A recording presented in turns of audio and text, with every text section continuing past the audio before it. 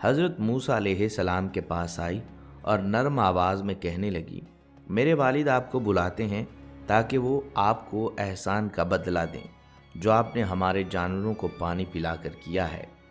دوستو، یہ وہ لمحہ تھا جب ایک بھوکے تنہا مسافر کے لیے رب نے نجات، عزت اور مستقبل کے دروازے کھول دیے۔ حضرت موسیٰ علیہ السلام اس لڑکی کے ساتھ چل پڑے، مگر دوستو یہاں دیکھیں ان کی امانت اور پاکیزگی۔ حضرت موسیٰ علیہ السلام نے فرمایا، میں راستہ نہیں جانتا، تم میرے پیچھے چلو، جہاں راستہ بدلنا ہو وہاں ایک کنکری پھینک دینا، میں سمجھ جاؤں گا۔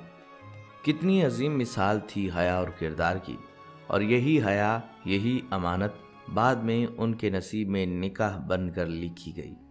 جب حضرت موسیٰ علیہ السلام بزرگ کے سامنے پہنچے تو سامنے وہی نبی خدا حضرت شعیب علیہ السلام تھے۔ حضرت موسیٰ علیہ السلام نے ادب سے سلام کیا، بیٹھے اور اپنا پورا واقعہ سنا ڈالا کہ کیسے ایک غلطی کے سبب وہ مصر چھوڑنے پر مجبور ہوئے۔ حضرت شعیب علیہ السلام مسکرائے اور فرمایا، ڈرو نہیں، تم ظالموں کے علاقے سے نکل آئے ہو، یہ جگہ ان کی حکومت سے باہر ہے۔ پھر ان کی بیٹی یعنی حضرت صفورہ رضی اللہ تعالیٰ عنہ نے باپ سے کہا، ابا جی انہیں اپنے پاس اجرت پر رکھ لیجئے، کیونکہ جو اجرت پر رکھا جائے سب سے بہتر وہ ہوتا ہے جو طاقتور اور ایماندار ہو۔ یہ سن کر حضرت شعیب علیہ السلام نے فرمایا، بیٹی تم نے کیسے جانا کہ وہ قوی بھی ہیں اور امین بھی؟ صفورہ رضی اللہ تعالیٰ عنہ نے عرض کیا، ابا جان، کنویں کا وہ پتھر جو 10 آدمی نہ ہلا سکتے تھے انہوں نے اکیلے ہٹا دیا، یہ ان کی قوت کی دلیل ہے، اور جب میں انہیں بلانے گئی تو انہوں نے کہا میں تمہارے آگے نہیں چلوں گا، تم پیچھے چلو، یہ ان کی امانت داری ہے۔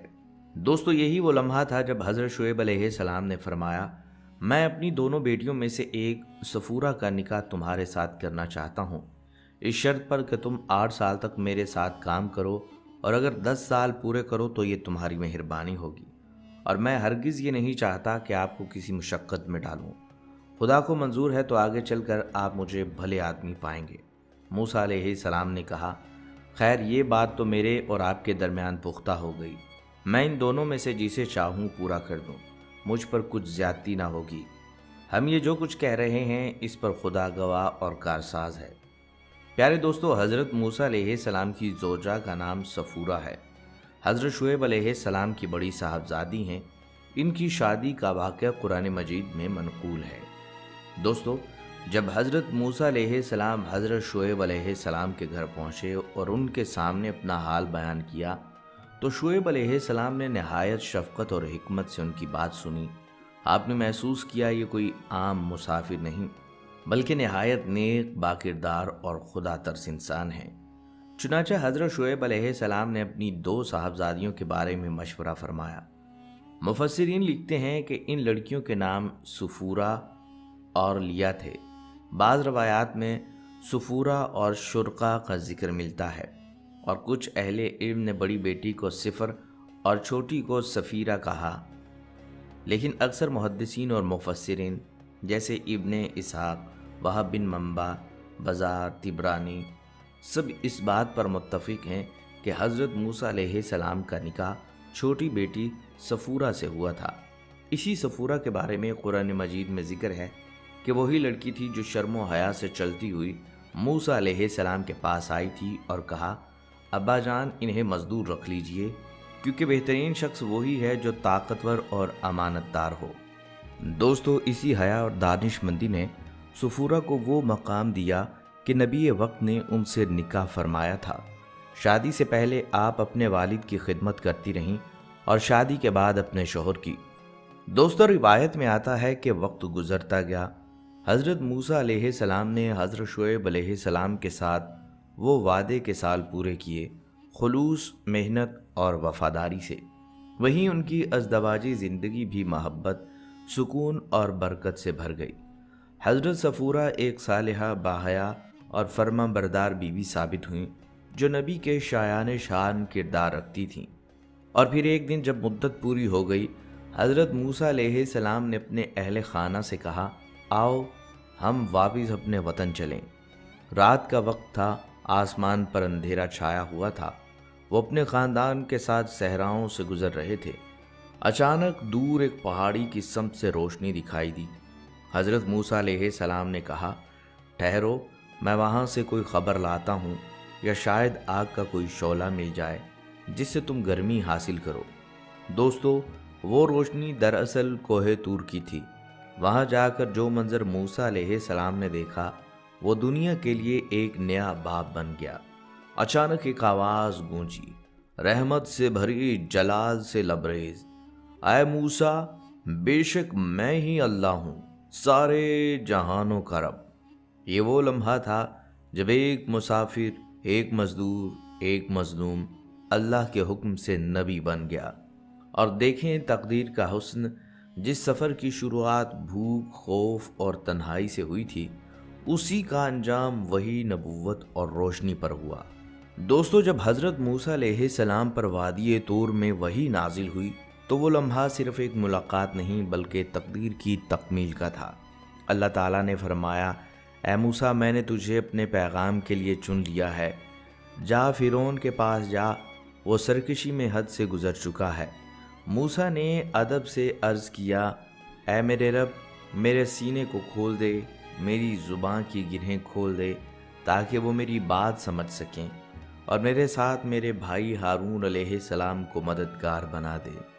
اللہ تعالیٰ نے فرمایا، ہم نے تیرا ساتھ قبول کیا، جا، ہم تمہارے ساتھ ہیں، سنتے بھی ہیں اور دیکھتے بھی ہیں۔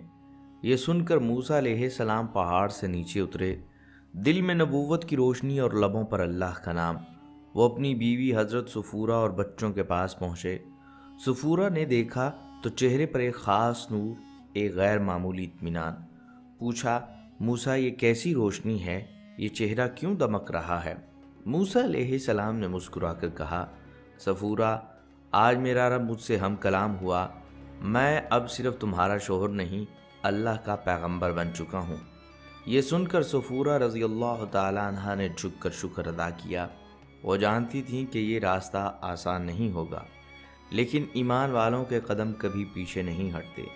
کچھ دنوں بعد موسیٰ علیہ السلام اپنی فیملی کو چھوڑ کر مصر کی طرف روانہ ہوئے، وہی سرزمین جہاں کبھی جان بچا کر بھاگے تھے، اب اللہ کے حکم سے دعوت حق لے کر واپس جا رہے تھے۔ دوستو، یہ منظر کتنا عجیب ہوگا، ایک شخص جو کبھی فرعون کے دربار میں شہزادے کی طرح رہتا تھا، اب وہی دربار میں رسول بن کر داخل ہو رہا ہے۔ جب موسیٰ علیہ السلام فرعون کے سامنے پہنچے تو فرعون نے طنزیہ انداز میں کہا، اے موسیٰ، کیا تو وہی ہے جو انسان کو مار کر بھاگ گیا تھا اور اب میرے سامنے پیغمبر بن کر آیا ہے؟ موسیٰ علیہ السلام نے پورے سکون سے جواب دیا، ہاں، میں وہی موسیٰ ہوں، لیکن آج میں اپنے رب کی طرف سے حق لے کر آیا ہوں۔ میں تجھ سے کہتا ہوں، اللہ کو مان لے اور بنی اسرائیل کو آزاد کر دے۔ فرعون ہنسا اور غرور سے بولا، کیا میں تیرے رب کے سوا کوئی اور رب ہوں؟ موسیٰ علیہ السلام نے فرمایا، میرا رب وہ ہے جس نے ہر چیز کو پیدا کیا اور پھر راستہ دکھایا۔ فرعون نے کہا، اگر تو سچا ہے تو کوئی نشانی دکھا۔ تب موسیٰ علیہ السلام نے اللہ کے حکم سے اپنا عصا زمین پر ڈالا اور وہ زندہ اژدہا بن گیا۔ پورا دربار دہل گیا۔ فرعون کے جادوگر ساکت رہ گئے کیونکہ وہ جانتے تھے یہ جادو نہیں، حقیقت ہے۔ مگر فرعون کے غرور نے اس کے دل پر پردہ ڈال دیا۔ اس نے کہا، یہ تو جادو ہے، کل کے دن میں اپنے تمام جادوگروں کو بلاؤں گا، دیکھیں کون جیتتا ہے۔ دوستو، اگلے دن مصر کا سب سے بڑا میدان تیار ہوا، لوگ جمع ہو گئے۔ فرعون تخت پر بیٹھا اور سینکڑوں جادوگر رسیاں اور لکڑیاں لے کر میدان میں اترے۔ انہوں نے موسیٰ علیہ السلام سے کہا، پہلے تم ڈالو یا ہم ڈالیں؟ موسیٰ علیہ السلام نے فرمایا، تم ڈالو۔ انہوں نے رسیاں پھینکی، زمین سانپوں سے بھر گئی، لوگ خوف سے چیخ اٹھے۔ پھر موسیٰ علیہ السلام نے اللہ کے حکم سے عصا ڈالا اور وہ تمام رسیاں، تمام سانپ سب کو نگل گیا۔ یہ منظر دیکھ کر جادوگر حیران رہ گئے۔ وہ جان گئے کہ یہ جادو نہیں، یہ رب موسیٰ کی قدرت ہے، اور وہ سجدے میں گر گئے اور کہنے لگے، ہم ایمان لائے موسیٰ اور ہارون علیہ السلام کے رب پر۔ فرعون کا غرور ٹوٹ گیا مگر اس کا ظلم باقی رہا۔ موسیٰ علیہ السلام پر ایمان لانے والوں کو سزائیں دی گئیں، لیکن ایمان اب پھیل چکا تھا، اور پیچھے مدین میں حضرت صفورہ رضی اللہ تعالیٰ عنہ اپنے شوہر کے مشن کے لیے راتوں کو جاگ کر دعائیں کرتی رہتیں۔ وہ صبر و یقین کی علامت بن گئیں، ایک ایسی عورت جس کا ذکر قرآن مجید میں نہیں مگر عصر تاریخ کے ہر صفحے پر ہے۔ دوستو، حضرت موسیٰ علیہ السلام کا سفر اب دعوت کا نہیں تھا، یہ آزادی کا آغاز تھا۔ وہ وقت جب بنی اسرائیل کو غلامی سے نکال کر اللہ کے راستے پر لایا گیا۔ دوستو، وقت گزرتا گیا، نشانیاں ظاہر ہوتی گئیں۔ موسیٰ علیہ السلام نے فرعون کے سامنے ایک کے بعد ایک معجزہ دکھایا، معجزے جو صرف نشانیاں نہیں تھے بلکہ انسان کے غرور کو جھنجھوڑ دینے والے الہی پیغامات تھے۔ اللہ تعالیٰ نے چاہا کہ فرعون کو سمجھائے کہ وہ حق کو پہچانے، ظلم چھوڑ دے، مگر فرعون کا دل پتھر بن چکا تھا۔ اس کی آنکھوں کے سامنے وہ نشانیاں ظاہر ہوئیں جنہیں دیکھ کر بڑے بڑے بادشاہ بھی کانپ اٹھتے، مگر ہر بار وہ اپنی ضد پر قائم رہا۔ پہلا عذاب نازل ہوا پانی کا خون بن جانا۔ مصر کا دریائے نیل، جس پر ان کی پوری زندگی کا دار و مدار تھا، اچانک خون میں بدل گیا۔ لوگ پانی لینے آتے مگر مٹکوں اور گھڑوں میں پانی کی بجائے گاڑھا سرخ خون نکلتا۔ ان کے مویشی پیاس سے بلکنے لگے، کھانے پینے کی ہر چیز ناپاک ہو گئی۔ لیکن حیرت انگیز بات یہ تھی کہ جہاں بنی اسرائیل رہتے تھے وہاں کا پانی صاف اور شفاف رہا۔ فرعون نے یہ منظر دیکھا، لیکن بجائے نصیحت لینے کے اس نے اسے جادو قرار دیا۔ اس نے جب دیکھا کہ مصیبت بڑھ رہی ہے تو موسیٰ سے کہنے لگا، اپنے رب سے دعا کرو، اگر یہ مصیبت ٹل گئی تو میں ایمان لے آؤں گا۔ موسیٰ علیہ السلام نے دعا کی اور اللہ نے عذاب ہٹا دیا، مگر جیسے ہی راحت ملی فرعون نے پھر وعدہ توڑ دیا۔ پھر دوسرا عذاب آیا مینڈکوں کا۔ دوستو، ذرا تصور کریں، ہر طرف مینڈک ہی مینڈک، گھروں میں، باورچی خانوں میں، بستروں پر، بادشاہ کے تخت پر، حتیٰ کہ فرعون کے تاج کے اندر تک۔ لوگ کھانا کھاتے تو پیالے میں مینڈک کود پڑتا، سوتے تو جسم پر اچھلنے لگتے۔ پورا مصر مینڈکوں کے شور اور گندگی سے بھر گیا، لیکن پھر بھی فرعون کا دل نرم نہ ہوا۔ پھر اس نے وہی کہا، موسیٰ علیہ السلام اپنے رب سے دعا کرو، میں تمہیں جانے دوں گا۔ موسیٰ علیہ السلام نے دعا کی اور جب مینڈک ختم ہوئے فرعون نے ایک بار پھر اپنے وعدے سے انکار کر دیا۔ پھر نازل ہوا تیسرا عذاب جوؤں کا۔ زمین کی مٹی جوؤں میں بدل گئی اور وہ انسانوں اور جانوروں کے جسموں سے چمٹ گئیں۔ کوئی سکون نہ رہا، سونا ممکن نہ تھا، نہ کھانا۔ پوری سلطنت بدحالی میں ڈوب گئی۔ فرعون کے درباری، جادوگر، وزیر چیخ اٹھے، یہ جادو نہیں، یہ خدا کا قہر ہے۔ لیکن فرعون کے کانوں پر جوں تک نہ رینگی۔ وہ اپنی خدائی کے زوم میں ڈوبا رہا اور موسیٰ علیہ السلام کو بار بار جھٹلانے لگا۔ پھر آیا چوتھا عذاب، مکھیاں اور مکھیوں جیسے خونخوار حشرات کا۔ وہ ہر جگہ منڈلانے لگے، انسانوں کے جسموں پر کاٹنے لگے، کھانے پینے کی چیزوں میں گرنے لگے۔ لوگ چلا اٹھے، لیکن فرعون پھر بھی باز نہ آیا، اور جب قوم فرعون نے پھر ضد دکھائی تو اللہ کا پانچواں عذاب نازل ہوا۔ مویشیوں پر بیماری، جانور گر کر مرنے لگے، اونٹ، گائیں، بھیڑ، بکریاں سب ہلاک ہونے لگے۔ زمین پر مردہ جانوروں کی بدبو پھیل گئی اور مصر کی معیشت تباہ ہو گئی، مگر فرعون کا غرور برقرار رہا۔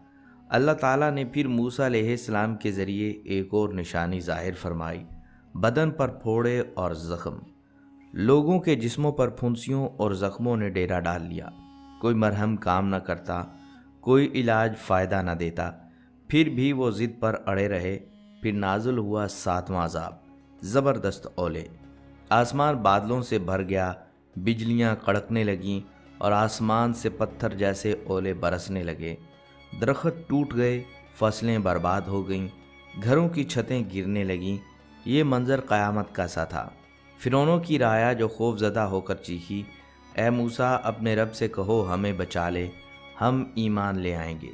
موسیٰ علیہ السلام نے دعا کی، عذاب ہٹا دیا، لیکن جیسے ہی آسمان صاف ہوا فرعون نے کہا یہ تو وقتی جادو تھا، اب آیا عذاب ٹڈی دل کا۔ دوستو ذرا سوچیں، آسمان سیاہ ہو گیا جیسے سورج ڈھک گیا ہو، لاکھوں کروڑوں ٹڈیاں مصر پر چھا گئیں۔ انہوں نے کھیتوں، باغوں، درختوں، ہر سبز چیز کو چٹ کر ڈالا۔ زمین بنجر، فضا سیاہ اور لوگ بھوک سے نڈال ہو گئے۔ یہ اللہ کا عذاب تھا تاکہ انسان غرور سے جھک جائے مگر فرعون نے جھکنے کی بجائے اپنی گردن اکڑا لی۔ پھر آیا 9واں عذاب، اندھیرا، ایسا گھپ اندھیرا کہ سورج تک نظر نہ آتا۔ 3 دن تک مصر پر سیاہی چھائی رہی، کوئی گھر سے باہر نہ نکل سکا، کوئی چراغ روشنی نہ دے سکا، مگر جہاں بنی اسرائیل رہتے تھے وہاں روشنی تھی، سکون تھا۔ یہ ایک کھلی نشانی تھی، لیکن فرعون پھر بھی ایمان نہ لے آیا۔ آخر میں اللہ تعالیٰ نے بھیجا 10واں اور سب سے سخت عذاب، پہلوٹے بیٹوں کی موت۔ رات کے ایک لمحے میں مصر کے گھروں میں چیخیں بلند ہوئیں، ہر گھر میں پہلا بچہ مر گیا، چاہے وہ بادشاہ کا ہو یا عام مزدور کا۔ صرف بنی اسرائیل کے گھروں میں امن تھا۔ یہ وہ لمحہ تھا جب فرعونوں کے غرور کی دیواریں ہلنے لگیں، لیکن اس کے اندر کا شیطان اب بھی خاموش نہ ہوا۔ ہر عذاب کے بعد وہ وعدہ کرتا، اے موسیٰ اپنے رب سے دعا کرو، میں مان جاؤں گا، میں تمہیں جانے دوں گا۔ اور جب مصیبت ہٹتی وہ کہتا، میں تو خود خدا ہوں، موسیٰ میرا کیا بگاڑ لے گا۔ اس کے دل پر غرور کا ایسا پردہ پڑ چکا تھا کہ حق واضح ہونے کے باوجود انکار کیے جا رہا تھا۔ دوستو، یہ صرف واقعات نہیں تھے، بلکہ اللہ کی طرف سے بار بار تنبیہ تھی کہ انسان اپنی حد میں رہے، مخلوق خالق بننے کی کوشش نہ کرے، مگر جب انسان کے دل پر ضد اور تکبر غالب آ جائے تو پھر انجام ہمیشہ تباہی ہی ہوتا ہے۔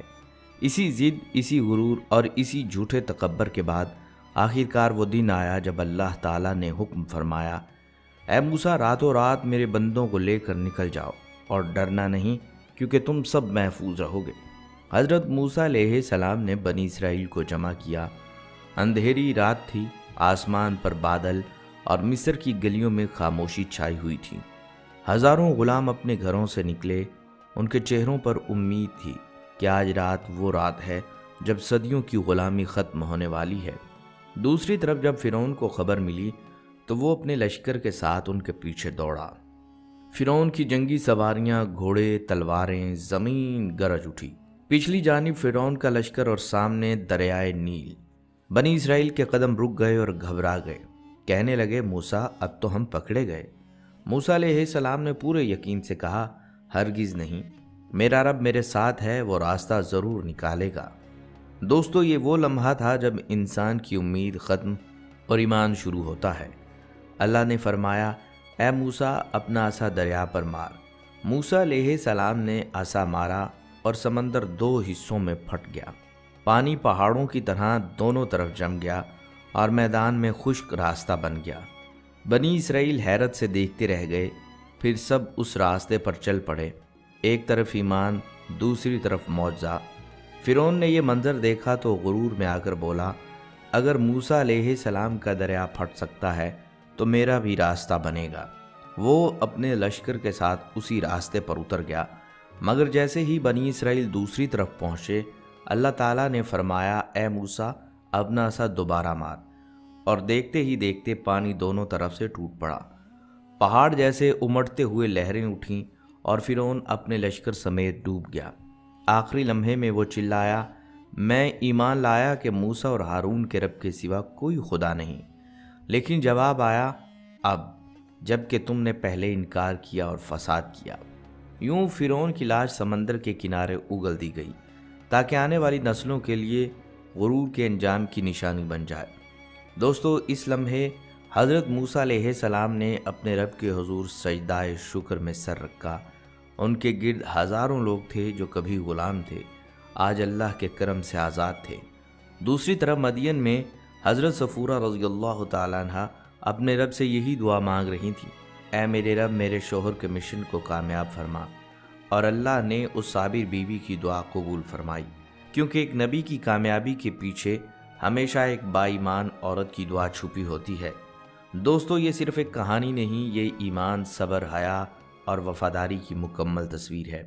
حضرت موسیٰ علیہ السلام کا سفر محل سے نبوت تک، اور حضرت صفورہ رضی اللہ تعالیٰ عنہ کا سفر خاموش خدمت سے ابدی عزت تک، دونوں ہمیں سکھاتے ہیں کہ اللہ کا وعدہ ہمیشہ پورا ہوتا ہے، بس ایمان شرط ہے۔ دوستو، یہاں یہ بھی واضح کر دوں کہ حضرت موسیٰ علیہ السلام کا یہ واقعہ نہ صرف قرآن کریم میں مذکور ہے، بلکہ تورات اور انجیل میں بھی بیان ہوا ہے۔